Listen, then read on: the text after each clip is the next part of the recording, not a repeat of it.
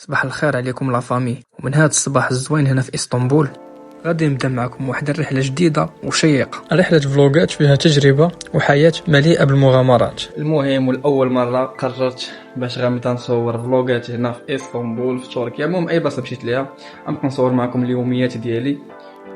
وبالضبط اليوم جاني واحد الاتصال من واحد السيد اللي عزيز عليا وهو ديجا مولف كنمشي نصور معاه وداك الشيء. المهم نخلي لكم مفاجاه ان شاء الله تنمشيو غتعرفوا ان شاء الله شنو غنصور معكم اليوم.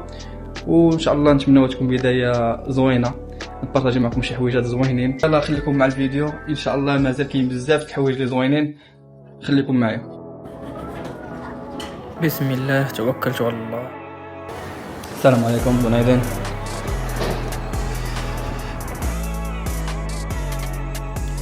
ان شاء الله يكون نهار زوين فيه الخير والطاقه الايجابيه وربي يسهل الامور. الصباح في اسطنبول عنده ديما نفس الاحساس، حركه الناس وازدحام كيبين شحال المدينه حيه. وانا هنا كنتسنى الطوبيس كيف العاده مع الناس اللي كل واحد عنده قصه وغرض في هذا النهار. اليوم عندي موعد مع نوفل وغادي نصور فلوق مختلف بزاف فيه مفاجاه وتجربه مميزه. ديما الطريق كتكون طويله شويه ولكن الحماس كيعوض كل تاخير. الصراحه كنت متحمس بزاف ولكن كيف ما كتعرفوا الزحام في اسطنبول ما كيرحمش. وحنا غادي نكملوا الطريق دابا. وصلنا عند نوفل لقيناه مشى، دابا مكملنا بين الطريق غير بديها غادي يلا كلينيك. تعرفوا شنو هي المفاجاه ديالو؟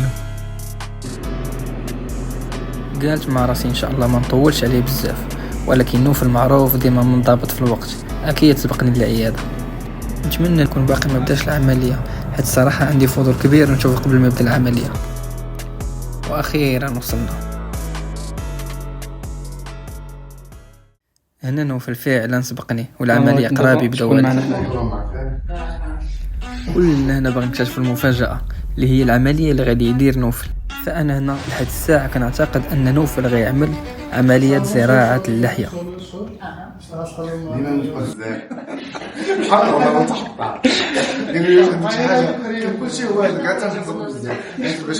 خونا نوفل ما كيخبي عليكم والو.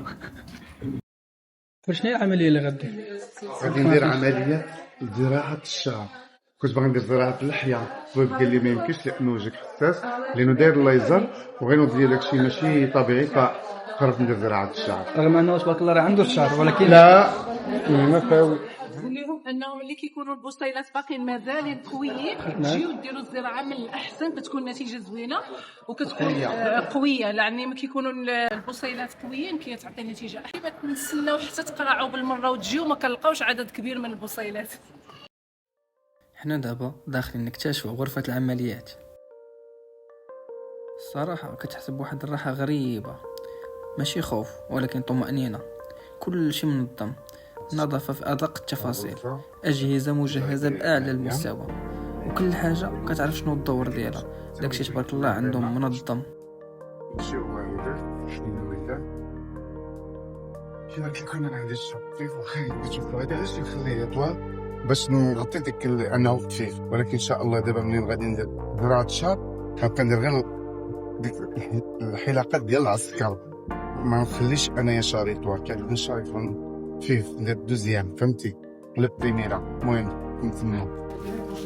ودابا غتبدا العملية. غنحاول نصور لكم كاع لي ديتاي اللي كيمروا منا في عملية زراعة الشعر، واللي حاولت نقدر نشرحوا لكم غنشرحوا لكم. سينور معنا الممرضه هنا غتشرح لنا. دونك اول حاجه كيديروا سينو في الممنوع التليفون كيحيدوا لك التليفون. اول نقطه هذه اول حاجه كنحيد انا اللي العمليه انا بالتليفون. لا ما علي ليهاش انا حتى هذا غنحيدو. ناري غنولي قرع عاد طلع معايا القالب. اول حاجه غيقرعوا لك نوفل غتبان الحقيقه الجمال. الجمال. الا بنت بوغوس قرع اقسم بالله ما نقرب بيش. انا مأكد لا غتبان قرعه غتبان بوغوس. انا دوك الحبات الامريكان. انا غنضامن مع نوفل من مورا ما يقرعش انا غنمشي نقرع. لا خويا ما الله يسلمني فيا السرطان. المهم زراعه الشعر. لا خويا انت زوين شعرك زوين. صافي قال لي ما نقرعش، كنت باغي نضامن معاه. لا خويا لا. دير دقيقه اي لانه ما غاديش نبقى نديرها. تمام شي حيت انا دابا كنبغي نحسن ديك التحسينه الصغيره ما تنقدرش لانه شعري كيبان خفيف. انا كنطولو هكذا باش كنغطي دابا مزيان. عاد فكرت انا في دابا غير هذيك لاكوب اللي كنتي درتي اول مره في الافتتاح. لا دابا نفوتها ياك هذيك نواور. دابا نولي نقرا. جاتك اخبارك الا عجبتني القرايه والله العظيم غنبقى ندير القراء. حسنا التحسينه ديال العساكريه ديال الواحد حرش فهمتي. نعم. خفت غير نقرا ونولي نبان بحال الدومه لا هذه لا كما درت واحد العام. تحيه للدومه واخا غبر مسكين الله يسهل عليك اخويا تجبدك غير بالخير. تاخذ التصاور قبل وبعد كناخذو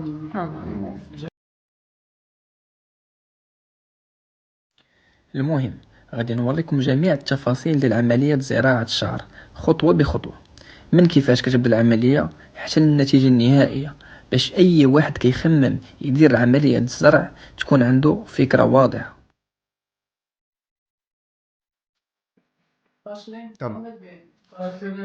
باش لا يعني نبداو. بسم الله.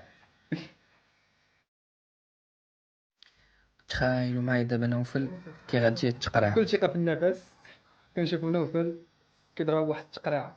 ناري شكون واحد قال لي غنقرع، قال لي عندك تسرع، قال لي لا غتبرع. هذه ثاني مره غادي نقرا وغتبرع. ما سولتونيش اول مره قرات فيه نهار شدوني للحبس والله العظيم مع الدخله ما قرعوا ليا.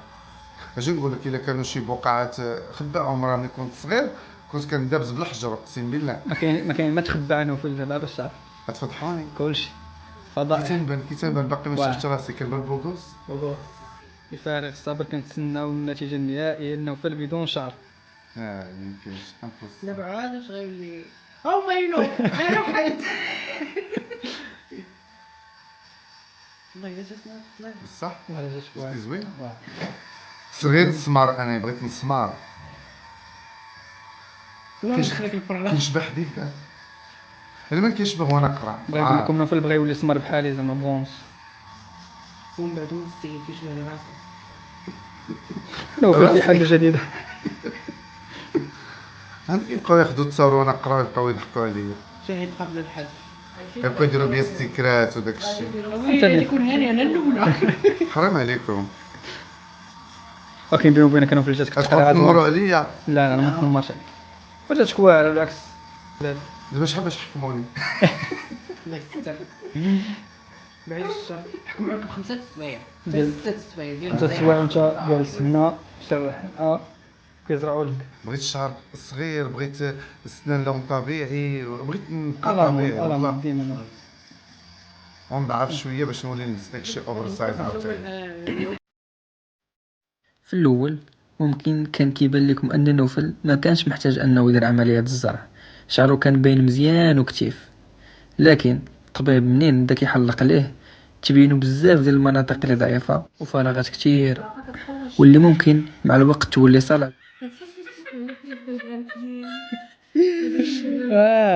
هذا وقت تقولي لي قبيله ويت مامي مامي سبحان الله انا مره بدات كتنمر عليه بالعام من دابا. واو شوف بوز ديال عاشق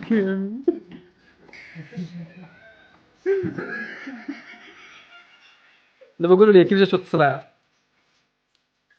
هنا جا قسم ليه البلايص، بلايص فين غيزرع والبلايص يمكن فين غيحيد ليه البصيلات. انت واخا فكرة عندي معلومات.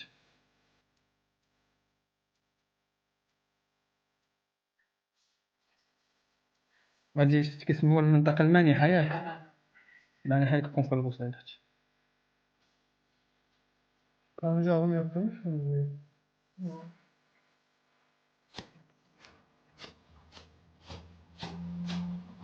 Kaşları da güzel olmuş bak. Çıktı. Evet. Bak. Bu da güzel olmuş. Kesmesi lazım ama niye? شو ثلاثة مرات الشعر خارج في مرات. حبهم خليه يزور صمدي. Kaldırsın kaşlarını. اطلع لي حواجبك.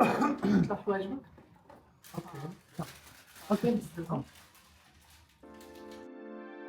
دابا هنا كنشوفوا الدكتور كيفاش كيرسم على الراس بكل تركيز باش يحدد المناطق اللي غادي يتم فيها الزرع بدقه. هاد المرحله مهمه بزاف لانها هي اللي كتحدد الشكل النهائي للشعر منين كينبت. منها هو يمشي لك حتى شعرك، هو غيدخل غير في البلايص اللي خاويين، يعني البلايص اللي كيبانوا لي خاويين غيدخل فيهم. مثلا عندك هنا المنطقه كامله خاويه، عندك هنا خاوي، هنا خاوي، هنا يعني البلايص كاملين اللي خاويين غادي يعمرهم باش ما يتضررش لك شعرك الطبيعي وما تخرج لك نتيجه مزيانه بالشعر اللي غادي. الاتجاهات ديال الشعر كيحددوا الطبيب، كيشوف الشعر اتجاه كيمشي عندك انت كيمشي على نفس الاتجاه باش ما يخرجش لك الشعر منفوش، يعني ديما يبقى مشعل.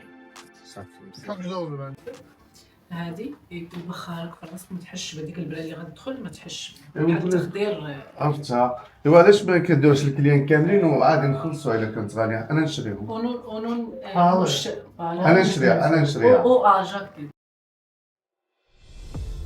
فكيف ما كتشوفوا معنا هنا في كل عمليه كيتواجد معك مترجمه وفريق طبي كيتكون من طبيب وثلاثه ديال المساعدين. تبارك الله. 15 عام ديال الخبره. حتى الناس اللي ديجا ديال الخبره، ولكن الكليان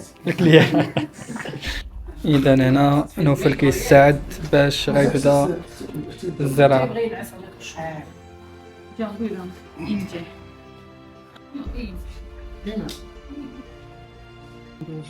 هادو تحاليل كيديروهم دابا حتى كيكون الامور كلشي مضبوط كلشي وهداك عاد كيكومونسو في العمليه ان شاء الله.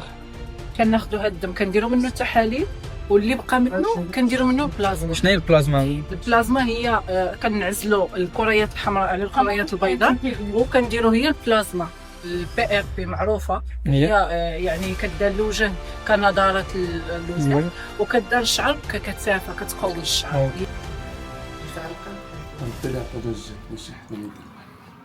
حنا تزيدنا قبح.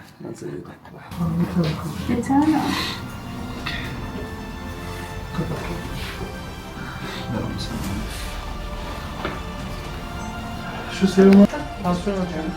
انا جا نوريكم هنا فين كيديروا هاد التحاليل هكا. كانت تحاليل دابا كيديروا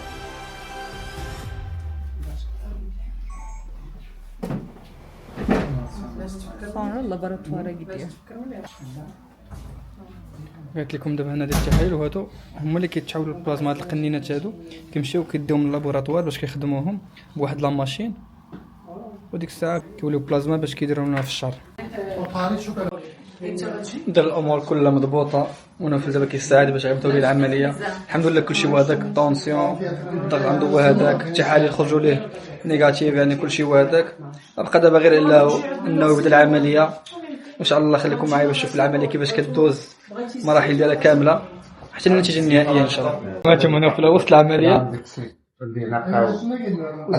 وفاتح لايف على المباشر باش يشارك معكم كل كبيره وصغيره. صغير ان شاء الله. هي ما بغاش يزرع عليا صغير، عندي مشكل في الجلد لانه محيد الله يزرع قال لي ما نقدرش نزرعوا عليك. باش لي ورز. اذا غادي تبدا العمليه، وهنا جات المتخصصه الاولى باش غدير لي عمليه ازاله البصيلات. يعني اول حاجه كيبداو فيها في العمليه هي عمليه التخدير. غادي نخلي نوفل يشارك معنا كل شيء بالتفصيل، الاحساس ديالو، المراحل اللي كيدوز منها، وحتى الملاحظات ديالو اثناء الزرع. وهنايا غادي نكتشفوا واحد التقنيه جديده اللي ولاو كيستعملوها في عمليه الزرع، اللي هي هذا البرودكت هذا. كيتستعمل على شكل سبراي باش كيساعد المريض ما يحس بحتى شي الم نهائيا. نوفل كان متابع جميع التفاصيل، ومنين شاف كيفاش البرودوي كان فعال قال للدكتور من اليوم اي مريض يجي عندنا خصنا نستعملوا ليه هذا المنتوج، وهو غيتكفل باش يكون ديما متوفر في صوفيا كلينيك. بصراحه هادشي كيبين ان نوفل الهدف ديالو هو راحه المريض قبل اي حاجه. شوفي شدي سكينه، شدي كيبان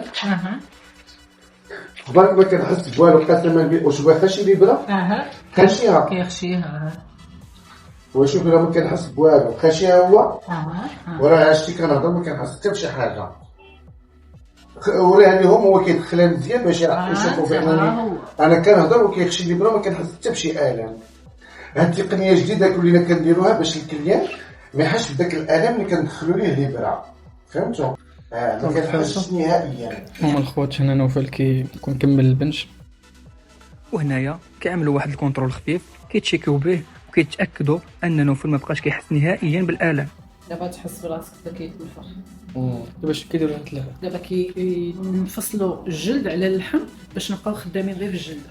داك ما ولا شنو لا هذاك الادرينالين مع شويه ديال المخدر مع ايزوتونيك. شوف الخوت كيفاش كيبقى يتنفخ هنا، فاش كيفرقوا العظم على الجلد. العظم؟ الجلد على اللحم. الجلد على اللحم. انا بالنسبه قال لك العظم، لا هو المخ على المخيخ. هاد الجمجمه هدا تبعونا باش ما يقيسوش العظم. سير معايا لحد عقلي. واش دابا كيخشي لي راه خبرت ما كنحش خوات. كنلمسو تبارك الله عليه. والله ما كنحس بشي حاجه اقسم بالله. انتم هو كيضرب لي برا انا والله ما كنحس بها. شتي تبان لكم هنا والله راكم تما انتم شوف كتبان احساسيات اخوتي والله ما كنحس. زعما برافو ليهم. تشارك في الطاقه ما عندك. ويسهل عليهم ساكن.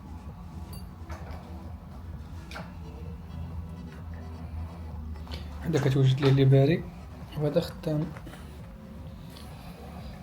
حيت كل ما كانت الخدمه اسرع كل ما كتكون احسن، حقاش الانستازي ما كيستناش واحد جوستون. كاين الم؟ ما كاين والو خويا، لانه كانوا كيجيبوا غير لي ستاجير والعمليات فاشين قال لي عليها رجعت لتركيا. هو كان خدام معايا هنا ومشى لكازا ورجع. ياك اخويا دريجه كان صدق زعما مزيان. هذا بالدارجه كاين شي الم كاين شي ما كاينش الم. قول لي شنو تعلمتي في المغرب؟ كلشي مزيان ينصوب ياكلني.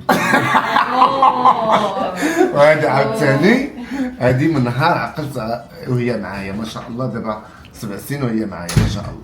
المهم مرحبا بكم. احنا غنبداو دابا في العمليه. شتي؟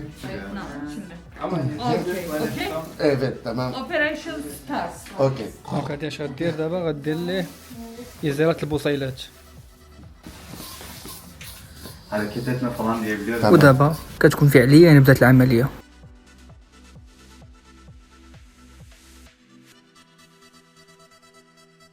في المرحله الاولى كيتم فيها ازاله البصيلات من المنطقه المانحه، واللي كيديرها باستعمال هذا الجهاز الدقيق اللي كيخدم بتقنيه الميكروبن او الفيو.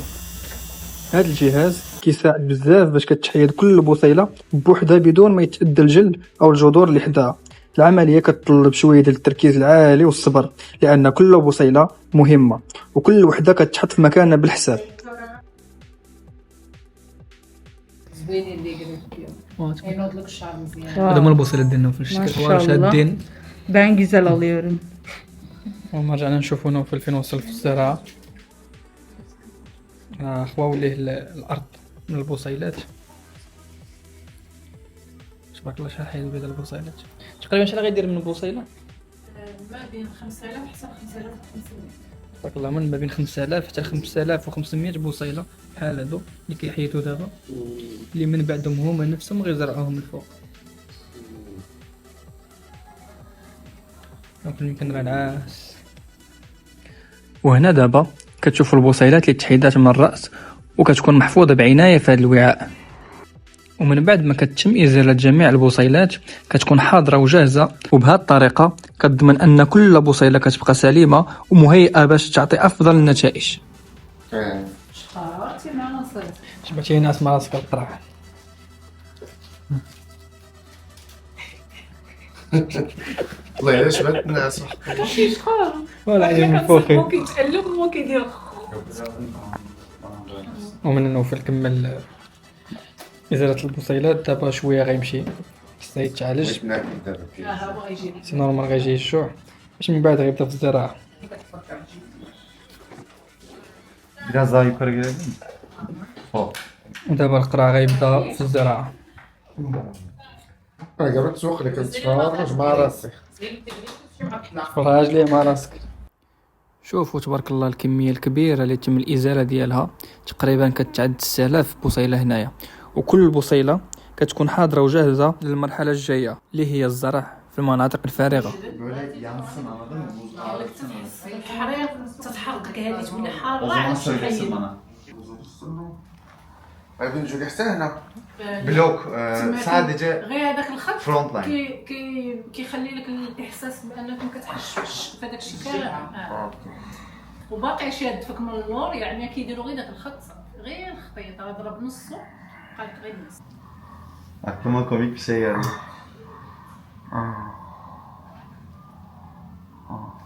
باقي كتحس ما عرفتش. لا ما تيحسش. لا حساس. وهنا كتجي أهم مرحلة اللي كيقوم فيها الطبيب بعملية فتح القنوات بكل تركيز، والمساعدة ديالو كتقوم في نفس الوقت بحساب عدد القنوات وحدة بوحدة باش كل شيء يكون منظم ومتناسب مع عدد البصيلات اللي غادي يتزرعوا. خليكم معنا.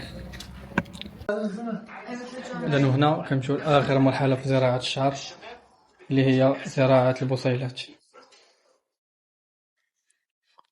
الفريق تبارك الله خدام بانسجام، وكل بصيلة كتزرع بعناية في بلاصتها بالضبط، وهنا كتبان مدى الخبرة والتناسق بين الطبيب والفريق الطبي.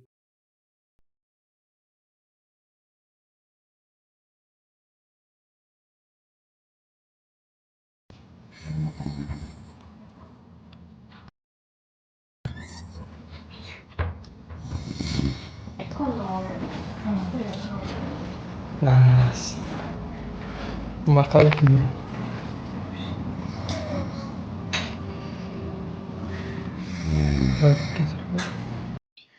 جاي نشوف نقول في المصير.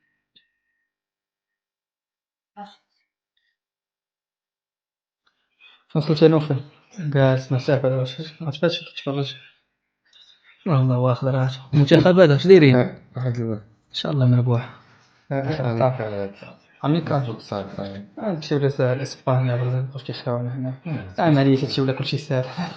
تدخل انت شحال عندك صح شيء. هذه غلطتيني فيها كلشي ولا ساهل.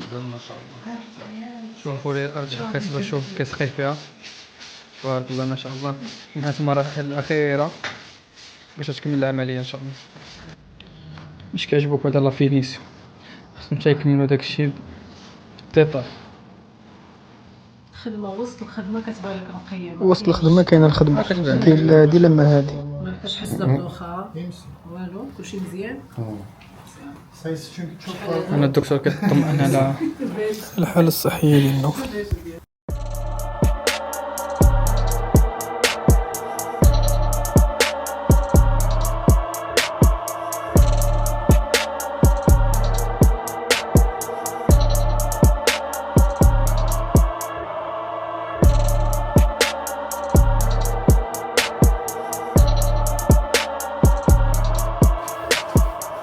وهنا كيكون نوفل كمل العملية بنجاح. واعرة واعرة واعرة. الله يخلف عليكم داكشي فن، داكشي زوين. بلا ما نشكر الاطباء ديالو والله العظيم ما حسيت بشي حاجه، ارتحيت. جابوا لي الماكله ديال لا كلينيك بطبيعه الحال، الروز وداكشي ديالهم.